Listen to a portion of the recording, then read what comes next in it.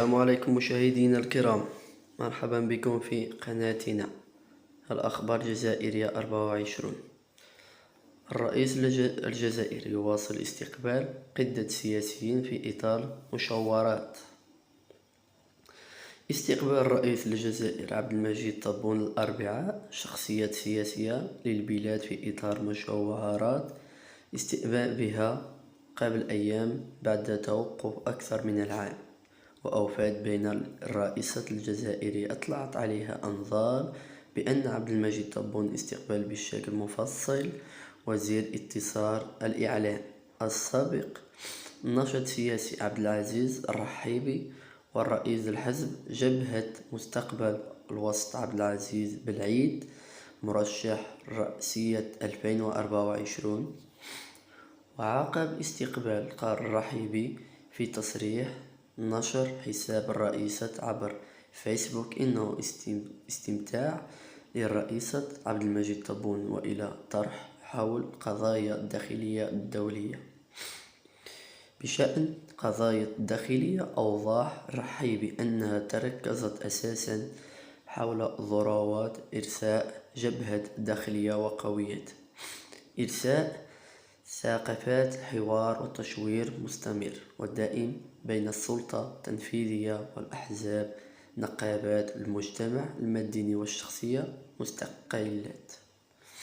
وأوضاف ثم تحاروا مع حول تداعيات الأزمة الدولية مباشرة وغير مباشرة على الجزائر والضرورة إرساء جبهة داخلية قوية، وأرشح الرحابي أنه هذا تداعيات قد لا تمس فقط باقتصاد ولكن كذلك بعضها الجوانب الأمنية كالوضع في منطقة، واتبع عليه الشعور أن الرئيس الجمهورية له النية في فتح بعض ورشات الاقتصادية ويعمل من أجل تكوين جبهة داخلية وقوية. بلورات الإجماع الوطني حول السياسات الداخلية والخارجية والدفاعية من جهته قال عبد العزيز بالعيد الرئيس جبهة مستقبل عقب استقبال من عبد المجيد تبون وفق الصفحات الرئيسية بفيسبوك إن اللقاء جرى في إطار الحوار مع الطبقات السياسية وطرق العديد القضايا الأمنية والسياسية والاجتماعية واقتصادية. أوظاف المرشح الرئاسي ديسمبر كأنه الأول 2024 أن الرئيس عبد المجيد تبون قام بتوضيح أشياء كثيرة والعمل الكبير الذي يقوم به تصحيح بعض الأشياء التي كانت عائقة أمام حركات الاقتصادية في السنوات الماضية.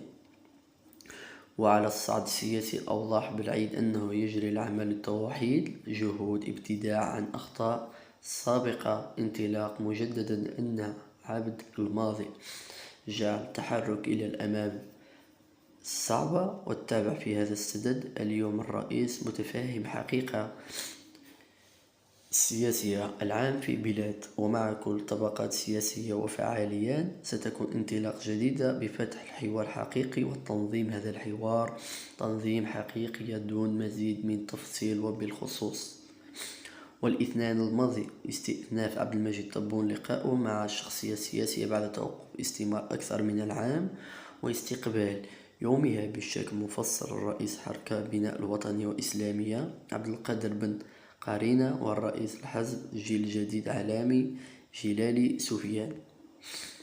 وتسود الجزائر حالة ترقب منذ الأيام بعد اكتشاف على ما يبدو إنه العرض الرئيسي لتوافق الفتح الصفحات الجديدة معارضات عقب نشر وكالة انباء رسميا مقالا حول المبادرات في آفاق بشأن الأمر.